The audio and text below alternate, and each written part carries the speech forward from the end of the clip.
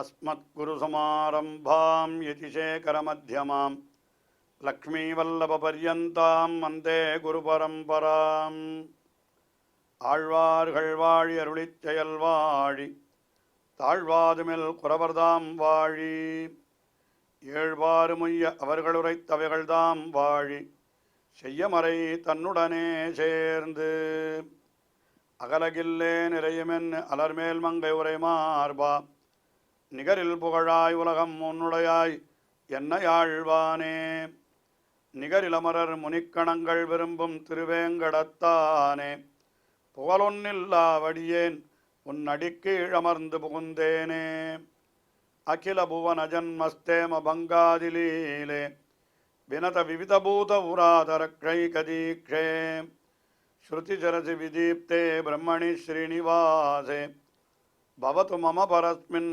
சேமுழி பக்தி ரூபா. ஸ்ரீமன் மகாபாரதத்திலே மிகச்சிறந்த பகுதியாக பார்க்கப்படுகிற ஸ்ரீவிஷ்ணு சகஸ்ரநாம ஸ்தோத்திரம். இது பீஷ்மாச்சாரியராலே தர்மபுத்திரருக்கு உபதேசிக்கப்பட்டது. தர்மங்களுக்குள்ளே உயர்ந்த தர்மம் எது? பீஷ்மாச்சாரியரை பார்த்து தர்மபுத்திரன் கேள்வி கேட்க, அதற்கு விடையாக பகவானுடைய திருநாம சங்கீர்த்தனமே உயர்ந்த தர்மம் என்று சொன்ன பீஷ்மாச்சாரியர் அதற்கு சேர அந்த திருநாமங்களையும் தெரிவிக்கிறார். திருநாமங்களெல்லாம் பகவானுடைய பெருமைகளை பல்வேறு வகைகளிலே விளக்கும்படியாக அமைந்திருக்கிறபடியினாலே மிக அழகான வியாக்கியானங்களை அருளி செய்கிறார்கள் ஒவ்வொரு திருநாமத்திற்கும் ஆச்சாரியர்கள். அதிலே இன்றைய தினம் 919வது திருநாமம் க்ஷமிணாம் வரஹா என்கிற திருநாமத்தை பார்க்கிறோம். க்ஷமிணாம் வரஹா, அதாவது பொறுப்பவர்களிலே மிகவும் சிறந்தவர். க்ஷமா என்கிற குணத்திற்கு பொறுமை, எதையும் பொறுத்து கொள்ளுதல், அதற்குத்தான் க்ஷமா பொறுமை என்று சொல்லுகிறோமே, அந்த அர்த்தம்தான் க்ஷமா என்கிற குணத்திற்கு பொருள். அந்த க்ஷமாவை உடையவர்களுக்குள்ளே சிறந்தவர். க்ஷமிணாம் வரஹா என்னால் மிக உயர்ந்தவர் என்பதுதான் பொருள். அந்த அர்த்தத்தை விளக்கி காட்டுகிறார் ஆதிசங்கர பகவத்பாதர். எப்படி காட்டுகிறார் என்னால், க்ஷமவதாம் யோகினாம் பிருத்திவியாதீனாம் பாரதாரகாணாஞ்ச ஸ்ரேஷ்டா இது க்ஷமிணாம் வரஹா என்று தெரிவிக்கிறார். அதாவது பொறுமையுடையவர்கள் என்று யாரை சொல்லலாம் என்று பார்த்தால், முதல்ல பொறுமையுடையவர்கள், க்ஷமா எல்லாவற்றையும் பொறுத்து கொள்ளுபவர் யாருன்னா யோகினாம்னர். யோகிகள், யோகிகள் என்பவர்கள் எல்லாவற்றையும் பொறுத்து கொள்வார்களாம். அதுக்கு மேலே இன்னொன்று சொன்னார், பிருத்திவியாதீனாம்னர், பூமி முதலானவைகள்னு சொன்னார். ஏன்னா பூமி எத்தனை துஷ்டர்களை பொறுத்து கொள்ளுகிறது, எவ்வளவு பாரம் இருந்தாலும் பூமி தாங்குகிறதோ இல்லையோ. உலகத்திலேயே பொறுமைக்கு இலக்கணமாக பூமியைத்தான் சொல்லுவார்கள். அதையும் சொன்னார் இங்கே. அப்போது இவர்களெல்லாம் யார்? பாரதாரகானாம், பாரத்தை வகிப்பவர்களான பூமி முதலானவர்கள். இவர்களையெல்லாம் காட்டிலும் சிரேஷ்டா, அதாவது பொறுமை உள்ளவர்கள் என்றால் யோகிகள், பாரத்தை சுமக்கின்ற பூமி முதலானவர்கள், இவர்களையெல்லாம் காட்டிலும் பகவான் இன்னும் அதிக பொறுமையுடையவன். ஆகையினாலே க்ஷமிணாம் வரஹா என்று பொருள் சொன்னார் ஆதிசங்கர பகவத்பாதர். அதை இன்னும் கொஞ்சம் விளக்குகிறார் தம்முடைய அழகான சொற்களால். எப்படி விளக்குகிறார்? பிரம்மாண்டம் அகிலம் வஹன்னு பிருத்திவீவ பரேணனா அர்த்தித இதி பிருத்திவ்யா அபி வரோவா என்று அர்த்தம் சொல்கிறார். அதாவது பூமி என்கிறது ஒரு சில பேரைத்தான் தாங்குகிறது. ஆனால் அதுவே ஒரு சமயத்திலே பூமி என்ன செய்கிறது? பாரத்தை என்னால் தாங்க முடியவில்லை என்று பகவானிடத்திலே போய் பிரார்த்தித்து கொள்ள, அதனால்தான் பகவான் அவதாரங்களை எல்லாம் எடுத்து துஷ்டர்களை அழித்து பூமியினுடைய பாரத்தை குறைக்கிறான் என்றெல்லாம் நாம் புராணங்களிலே பார்க்கிறோம். ஆனால் பகவான் இந்த பூமி மட்டுமில்லை, இதை போல எத்தனையோ கோட்டி கோட்டி அண்டங்கள், அண்டானாந்து சகசிராணி கோட்டி கோட்டி அயுதானிச்சா என்று சொல்லப்பட்டிருக்கிறது. அப்படி பிரம்மாண்டம் அகிலம் பஹன்னு அத்தனையும் தான் சுமக்கிறான். இந்த பூமி இதில் இருக்கிற பாரத்தையே தாங்க முடியவில்லை என்று பகவானிடத்தில் போய் சொல்லுகிறதே, இத்தனை அண்டங்களை தாங்குகிற பகவான் என்ன சொல்லுகிறான் என்று பார்த்தால், நான் அர்த்திதா, அதனால் அவனுக்கு துன்பமே ஏற்படவில்லை. அதனால் பூமியை காட்டிலும் அவன் மிகவும் உயர்ந்தவன் பொறுமையிலே என்பதுதான் க்ஷமிணாம் வரஹா என்கிற சொல்லினுடைய அர்த்தம் என்றார் ஆதிசங்கர பகவத்பாதர். இன்னமும் சொல்லுகிறார், க்ஷமிணா சக்தாக அயந்து சர்வசக்திமத்வாத், அதாவது எல்லாம் வல்லவர்கள் சக்தி உடையவர்களையும் கூட க்ஷமிணா என்று சொல்லலாம். அப்படிப்பட்ட எல்லாரையும் காட்டிலும் இவன் என்ன பண்ணுறான்னா அதிகமான சக்தியை உடையவன். அதனால் எல்லாம் வல்லவராதலின் சக்தி உள்ளவர்கள் அனைவரை காட்டிலும் இவன் சர்வசக்தி மத்வாத் சகலாக கிரியாக கர்த்தும் க்ஷமத, எல்லா செயல்களையும் செய்வதற்கு இவனுக்கு அந்த சக்தி உண்டாகினாலே இவன் க்ஷமிணாம்பரகா என்று இப்படியெல்லாம் பல பல பொருள்களை கொள்ளலாம் என்று அந்த அர்த்தத்தை சொன்னார். க்ஷமிணாம்பரகா என்கிற திருநாமத்திற்கு இப்பொழுது பராசர பட்டர் அவர் என்ன அர்த்தம் சொல்லுகிறார்? நாம் கீழே பார்த்தோம். இந்த திருநாமங்கள் அனைத்தும் அந்த பகவானுடைய கஜேந்திரனுக்காக எடுத்த அவதாரத்தை சொல்லுகிறது. அதாவது கஜேந்திரனுக்காக கருடாருடனாக மிக மிக வேகமாக மடுவின் கரைக்கு ஓடி வந்தானே, அந்த ஒரு சரித்திரத்தை சொல்லுகிறது என்று பல பல திருநாமங்களுக்கு அர்த்தம் சொல்லி வருகின்ற தொடர்பிலே இந்த திருநாமத்திற்கு என்ன சொல்லுகிறார் என்றால், தத் தர்ஷனேன திருத்த ஆத்மா க்ஷமிணாம் வரஹா. அதாவது அவனுக்கு பொறுமையே இல்லை. அந்த மடுவின் கரைக்கு வந்து கஜேந்திரனை பார்த்த பிற்பாடு தான் அவனுக்கு உயிரே வந்ததான் பகவானுக்கு. அதாவது பகவானுக்கே கூட தன்னுடைய அடியவன் ஒருத்தன் துன்பப்படுகிறான் என்னால் அப்படி அவனுக்கு நிலை குலைந்து போகிறான் என்கிற அந்த அர்த்தத்தை சொல்லுகிறார். தத் தர்ஷனேனா, அந்த கஜேந்திரனை கண்ட பின்பே திருத்தாத்மா தம்முடைய இருப்பு பெற்றவர், அதனால இவருக்கு க்ஷமிணாம்பரஹா என்று பெயர் என்று அந்த அர்த்தத்தை சொன்னார். சத்யதந்த தீர்த்தர் க்ஷமிணாம்பரஹா என்கிறதுக்கு மிகவும் சுருக்கமான பொருளை காட்டிவிட்டார். க்ஷமவதாம் சிரேஷ்டா, பொறுத்து கொள்ளுபவர்களில் மிகச்சிறந்தவர், அவ்வளோதான், மிக உயர்ந்தவர் க்ஷமிணாம்பரஹா. அது சப்தத்தினுடைய நேரடியான அர்த்தம், அதையே காட்டிவிட்டார் அவர். அதற்கு அடுத்தபடியாக 920வது திருநாமம் வித்வத்தமஹா என்கிறது. வித்வத்தமஹா என்னாலுன்னா வித்வான்களுக்குள்ளே உயர்ந்தவர் என்பது தான் அர்த்தம். வித் என்னாலே ஞானம், அப்போ ஞானிகளுக்குள்ளே சிறந்தவர் என்று அந்த அர்த்தத்தை சொல்லணும். அதை ஆதிசங்கர பகவத்பாதர் சற்று விவரித்து காட்டுகிறார். என்னன்னா, நிரத்த அதிசயம் ஞானம் சர்வதா சர்வகோச்சரம் அஸ்ய அஸ்தி ந இதரேஷாமிதி வித்வத்தமஹா. அதாவது நிரஸ்த அதிசயம் எல்லாவற்றையும், சர்வதா சர்வகோச்சரஸ்யம் என்னென்ன, சர்வதா சர்வகோச்சரம் என்னால் என்ன, எல்லா வஸ்துக்களையும் எல்லா காலத்திலும் அறிந்தவர்.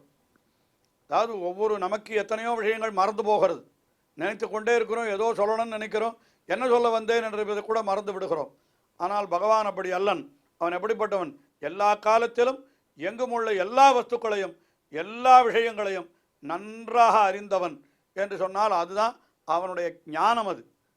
அது எப்படிப்பட்ட ஞானம் என்று கேட்டால், அப்படிப்பட்ட ஞானம் வேறு எவருக்குமே கிடையாது. எவருக்கும் இல்லாமல் தனக்கே இருப்பதான அந்த ஞானத்தை உடையவர்.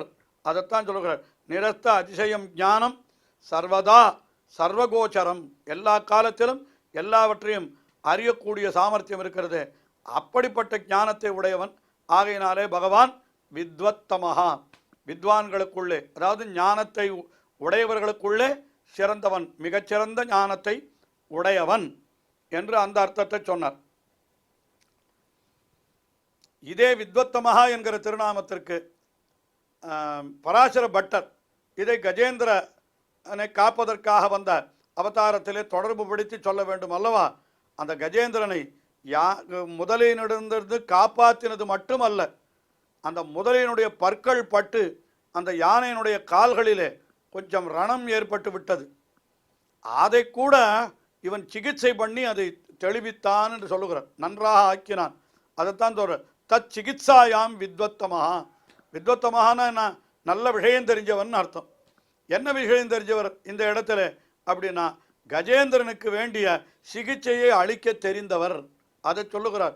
முதலையாலே பீடிக்கப்பட்டு அவன் துன்பப்பட்டு கொண்டிருந்த கஜேந்திரனுக்கு அந்த துன்பத்திலிருந்து அவனை விடுதலை அளித்ததோடு மட்டுமல்லாமல், அந்த கஜேந்திரனுக்கு காலிலே வியாக்கியானத்தில் மிக அழகாக சொல்லுகிறார், தன்னுடைய உத்திரியத்தை நன்றாக சுருட்டி வாயிலே வைத்து ஊதி ஊதி ஒத்தடம் கொடுத்தானாம். அந்த கஜேந்திரனுடைய கால்களிலே பட்டிருந்த அந்த புண்ணிற்கு, அந்த முதலையாலே கடிக்கப்பட்டிருந்த அந்த இடத்திலே அவனுக்கு எந்த விதமான துன்பமும் ஏற்படக்கூடாது என்பதற்காக பகவான் தன்னுடைய உத்திரியத்தாலே வாயிலை ஊதி ஒத்தடம் கொடுத்தான் என்று இப்படியெல்லாம் சொல்லுகிறார்கள். அதுதான் அந்த கஜேந்திரனுக்கு சிகிச்சை அளிக்க தெரிந்தவர் என்கிற அர்த்தத்தை இப்பொழுது பராசர பட்டர் காட்டினார். வித்வத்தமஹா என்கிற திருநாமத்திற்கு சத்யதந்த தீர்த்தர் மிகச் சுருக்கமாக ஒற்றை வார்த்தையிலே அர்த்தம் சொல்லிவிட்டார். அத்தியந்த ஞானி, மிக்க ஞானம் உள்ளவர். அவ்வளோதான். வித்வத்து தமஹா, தமஹான்னா உயர்ந்தவர், வித்வான் என்னால் ஞானி. அப்போ ஞானிகளுக்குள்ளே உயர்ந்தவர், மிகுந்த ஞானமுடையவர். அவ்வளோதான். அதற்கு மேலே ஒன்றும் சொல்ல வேண்டியதில்லை என்பதாக அப்படி அர்த்தம் காட்டினார். அதற்கு அடுத்தபடியாக 921வது திருநாமம் வீத பயஹா என்பது. வீத பயஹா என்னால் பயமற்றவர் என்பதுதான் பொருள். நேரடியான பொருள் என்றால் பயமற்றவர் என்று அந்த அர்த்தத்தை தான் சொல்லணும். அதைத்தான் ஆதிசங்கர பகவத்பாதர் காட்டுகிறார். என்ன காட்டுகிறார்? வீதம் விகதம் பயம். என்ன பயம்? சாம்சாரிகம், சம்சார லக்கணம் வா அஸ்யேதி வீத பயஹா. அதாவது சம்சாரமாகிற பயம், அதெல்லாம் நமக்கு உண்டு. சம்சாரம் என்னால் உலக வாழ்க்கை. இந்த உலக வாழ்க்கையாகிற ஒரு அச்சம் நம்மை பின்தொடர்ந்து கொண்டே இருக்கிறது. அதனால் எப்பொழுதும் நாம் அச்சத்திலேயே வாழ்ந்து கொண்டிருக்கிறோம். ஆனால் பகவானுக்கு இப்படிப்பட்ட உலக வாழ்க்கை என்கிற சம்சாரம் அவனுக்கு அடியோடு கிடையாது. அதனால் சம்சார லக்கணம் சாம்சாரிகம் பயம் அது விகதம் அஸ்யேதி, இவனுக்கு கிடையாதாகையினாலே இவன் வீதபயா. என்ன காரணம்? சர்வேஸ்வரத்வாத், எல்லாரை காட்டிலும் மேம்பட்டவனாய் எல்லாருக்கும் தலைவனாய் இருக்கிறவன் பகவான். நித்திய முக்தத்வாத், எப்பொழுதும் இந்த சம்சாரத்திலிருந்து விடுபட்டவனாயே இருக்கிறான். ஆகையினாலே அவனுக்கு வீதபயா என்கிறது திருநாமம் என்று அப்படி அர்த்தம் காட்டினார் ஆதிசங்கர பகவத்பாதர். வீதபயா என்கிற திருநாமத்தையும் கஜேந்திரனுக்காக அவதரித்த அந்த சமயத்திலே எம்பெருமான் காட்டின ஒரு விஷயமாக சொல்ல வேண்டும் என்று, அதாவது பராசர பட்டருடைய வியாக்கியானத்தில் பார்த்தோமானால் தொடர்ச்சியாக பல திருநாமங்கள் கஜேந்திரனுக்காக அவன் பண்ணின செயலை சொல்லுகிறது என்று சொல்லியிருக்கிறபடினாலே இதையும் கூட கஜேந்திர விஷயமாகவே சொல்லுகிறார் வீதபயா என்பதையும். என்னன்னா தத் சமா, அதாவது அந்த இடத்திலே வந்தான். தத் சமாகம துமுலோப, அதாவது உபலம்பாத் என்று சொல்லுகிறார். வீதம் பயம் கஜேந்திரஸ்ய இதி வீதபயா. அதாவது தாம் வந்த வேகத்தை கண்டதனாலேயே கஜேந்திரனுக்கு முதலையினிடத்தில் இருந்த பயத்தை நீக்கியவர்னு சொல்கிறார். வீதபயான்னா பயமற்றவர் என்று சொல்லலை, பயமற்றவராக செய்தவர் என்று சொல்கிறார். யாரை பயமற்றவராக செய்தார்? கஜேந்திரனை. எப்படி செய்தார் என்னால் இன்னும் தான் வந்து காரியம் செய்யவே இல்லை. பகவான் வந்தவுடனேயே அந்த கஜேந்திரனுக்கு உண்டான பயம் போய்விட்டதாம். என்ன சொல்றார்? சத் சமாகம துமுலோபலம்பாத் என்றார். அந்த சமாகமம் அங்கே வந்து சேர்ந்த உடனே அவனுக்கு இருந்த அதை பார்த்த உடனே பெருமாள் வந்து விட்டார், பகவான் வந்து விட்டார், இனிமேல் நமக்கு ஒரு கவலையும் இல்லை என்று இவரை கண்ணாலே கண்ட மாத்திரத்திலேயே கஜேந்திரனுக்கு அத்தனை பயமும் போய்விட்டது. அந்த முதலையினிடத்தில் இருந்த பயமெல்லாம் போய்விட்டது என்கிற கருத்திலே வீதபயா என்னால் இவர் பகவான் வந்த அந்த வேகத்தை கண்டதாலேயே கஜேந்திரனுக்கு ஏற்பட்ட பயமெல்லாம் நீங்கும்படி செய்தவர். அதனால் வீதபயா, அவனுடைய பயத்தை போக்கியவர் என்கிற கருத்திலே அந்த அர்த்தத்தை சொன்னார்.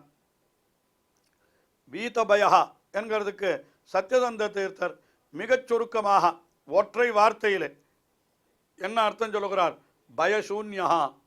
பயசூன்யானா அச்சமற்றவர், அவ்வளோதான். பயமே இல்லாதவர். பகவான் பயமே இல்லாதவர் என்று சொல்ல வேண்டுமானா இப்போ நாம் என்ன பண்ண வேண்டும்? இந்த வியாக்கியானத்தை இப்படி கீழிருந்து மேலாக பார்க்க வேண்டும். வீதபயானா அதனுடைய நேர் அர்த்தம், நேரடி பொருள் என்ன? சத்யசந்த தீர்த்தர் காட்டுகிறார் பயசூன்யா என்கிறது. ஏன் அவர் பயசூன்யா? அதற்கு காரணம் சொல்லுகிறார் ஆதிசங்கர பகவத்பாதர். என்ன சொல்லுகிறார்? அவன் சர்வேஸ்வரத்வாத்து நித்தியமுக்தத்வாத்து என்று, அவன் சர்வேஸ்வரனாயும் அவன் நித்தியமுக்தன், எப்பொழுதும் சம்சாரத்திலிருந்து விடுபட்டவனாயும் இருக்கிறபடியினாலே அவன் பயமற்றவன் என்று சொன்னார். உடனே பராசர பட்டர் அவன் பயமற்றவன் என்பது மட்டுமல்ல, மற்றவர்களுக்கு ஏற்படுகிற பயத்தை போக்குபவனும் கூட கஜேந்திரனுக்கு மடுவின் கரையிலே பயத்தை போக்கினான் அல்லவா என்று இப்படி அர்த்தம் காட்டுகிறார் என்று ஆச்சாரியர்கள் மூவருடைய அர்த்தத்தையும் இப்படியும் கூட நாம் அனுபவிக்கலாம். இன்னும் திருநாமங்கள் தொடர்கின்றன, தொடர்ந்து அனுபவிப்போம். ஸ்ரீயக்காந்தாய கல்யாண நிதையே நிதையேர்த்தினாம் ஸ்ரீவேங்கட நிவாசாய ஸ்ரீனிவாசாய மங்களம். ஸ்ரீமத் சுந்தரஜாமாதிர் முனிமானசவாசினே சர்வலோக நிவாசாய ஸ்ரீனிவாசாய மங்களம்.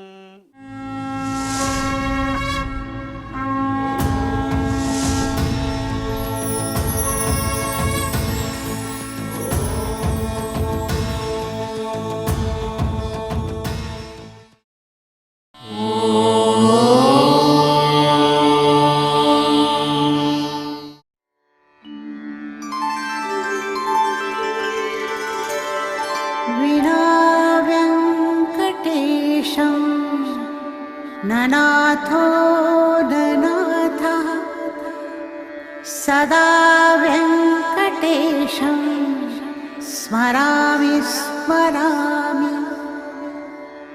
हरे वेङ्कटेश प्रसीद प्रसीद. प्रियं वेङ्कटेश प्रयच्छ प्रयच्छ.